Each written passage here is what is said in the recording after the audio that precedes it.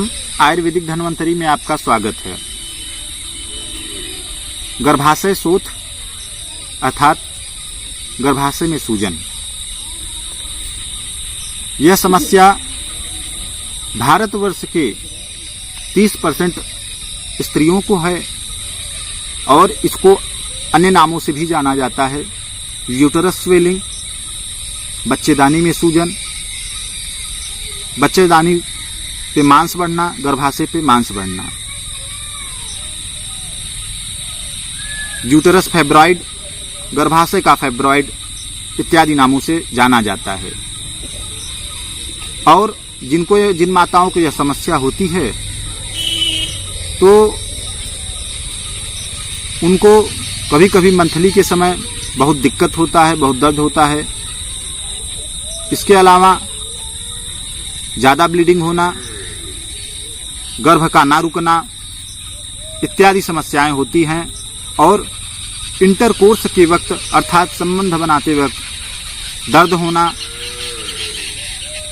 और इसके अलावा इसका जो सबसे प्रमुख लक्षण है, इंटरकोर्स के बाद में कमर में दर्द होना, यह आयुर्वेद के हिसाब से इसका सबसे बड़ा लक्षण है। तो क्या है इसका आयुर्वेदिक उपचार, क्या है सबसे सटीक इलाज? चंद्रप्रभावटी 2-2 गोली सुबह शाम, पुनर्नवादि मंडूरवटी 2-2 गोली सुबह शाम, और पुनर्नवारिष्ट 4-4 चम्मच सुबह शाम खाना खाने के बाद में। इसका 3 महीने प्रयोग करने से गर्भाशय का शोथ अर्थात गर्भाशय का सूजन, यूटरस की स्वेलिंग निश्चित तौर पे ठीक हो जाती है। और यह बहुत अच्छी औषधि है, बहुत अच्छा कॉम्बिनेशन है। इससे लाखों माताओं एवं बहनों ने अपनी इस बीमारी से निजात पाया है। बहुत अच्छी औषधि है। इसके अलावा यह तो रही बाजार की औषधि, और इसके अन्य जो मैं अगली औषधि बताने जा रहा हूं इसके साथ भी कर सकते हैं। या जो लोग बहुत गरीब हैं, जो स्त्रियां बहुत गरीब हैं, गांव की हैं, या फिर जिनके पास में बिल्कुल भी पैसे नहीं हैं, तो वो लोग सिर्फ अगले जो मैं उपाय बता रहा हूं उसी को करके ही इस बीमारी से पूरा आराम पा जाएंगी, पूरा लाभ हो जाएगा। और जो लोग दोनों को एक साथ में करेंगे उनको बहुत जल्दी आराम होगा और बहुत तेजी के साथ आराम होगा। तो इसमें करना क्या है? कढ़ी के पत्ते का छाल या कढ़ी की पत्तियां, जो कढ़ी पत्ता का वृक्ष होता है जिसको मीठा नीम भी कहते हैं, या तो उसका छाल हो या तो उसकी पत्तियां हो। आप 1 मुट्ठी भर पत्तियां ले लीजिए या छाल ले लीजिए और उसको पानी में 1 गिलास 2 गिलास पानी में 1 गिलास पानी में अर्थात 200 ml पानी में 15 मिनट तक पकाएं।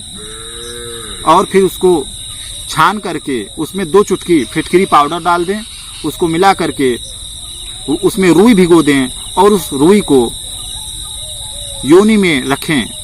और या ड्रॉपर से भी डाल सकते हैं, या रात को सोते वक्त रख सकते हैं, या 2 घंटे के लिए या 4 घंटे के लिए या सारी रात रख सकते हैं। ऐसा लगातार कम से कम 2 महीने करना है। तो इससे गर्भाशय का या बच्चेदानी का जो इन्फेक्शन होता है, जो सूजन होता है, जो फाइब्रॉइड होता है, या बैक्टीरियल इन्फेक्शन होता है, जो खुजली होता है या छाले होते हैं, वह सब इससे दूर हो जाते हैं। या अन्य बीमारियां जो होती हैं इससे दूर हो जाते हैं। जो इसको नहीं कर सकते हैं वो एक चंगेरी होता है। चंगेरी की पत्तियां जो होती हैं खाने में हल्की खट्टी मीठी आती हैं, तो चंगेरी की पत्तियां ले लें और चंगेरी की 1 मुट्ठी पत्तियों को पीस करके ग्राइंड करके सिलबट्टे पे या मिक्सी में उसका रस निकाल लें और उसमें 2 चुटकी उसमें फिटकरी का चूर्ण मिला दें और उसमें रुई का फाहा भिगो करके उसको योनि में रात को रखें या फिर 2-4 घंटे के लिए किसी भी समय रखें। तो ऐसे लगातार 2-3 महीने करने से उनकी यह समस्या हमेशा के लिए दूर हो जाती है।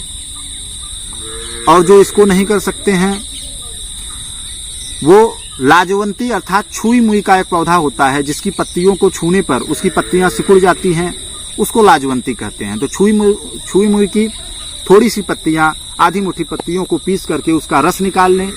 उसमें भी ज्यादा नहीं, 2 चुटकी एलम अर्थात फिटकरी डाल के उसको घोल लें और फिर उसमें रुई का फाहा भिगो करके उस रुई के फाहे को योनि में रखने से गर्भाशय का शोथ, यूटरस का स्वेलिंग, गर्भाशय में सूजन, बच्चेदानी में सूजन या खुजली होना या किसी प्रकार का जख्म होना, इन सभी उपायों से दूर हो जाता है। और इसको आयुर्वेद में योनि प्रक्षालन, गर्भाशय प्रक्षालन बोलते हैं। यह थोड़ा सा कठिन है पर यह निःशुल्क भी है और जो मैंने खाने वाली औषधियां बताई हैं उनके साथ में इसको किया जा सकता है। उसके साथ में या दोनों औषधियों को एक साथ में करने पे, दोनों औषधियों को एक साथ में प्रयोग करने से बहुत जल्दी आराम होता है और इनका प्रयोग लगातार 3 महीने तक करना चाहिए। इससे यह बीमारी ठीक हो जाती है। और यदि किसी भी प्रकार की आपको समस्या हो, किसी भी रोग के बारे में जानना हो तो आप कमेंट करिए, आपके प्रश्न का उत्तर दिया जाएगा, आपके रोग का निदान बताया जाएगा। और यदि आप मेरे वीडियो पे पहली बार आए हैं तो चैनल को सब्सक्राइब करें, वीडियो को लाइक करें, शेयर करें। आपने अपना कीमती समय दिया, इसके लिए आपको बहुत बहुत धन्यवाद।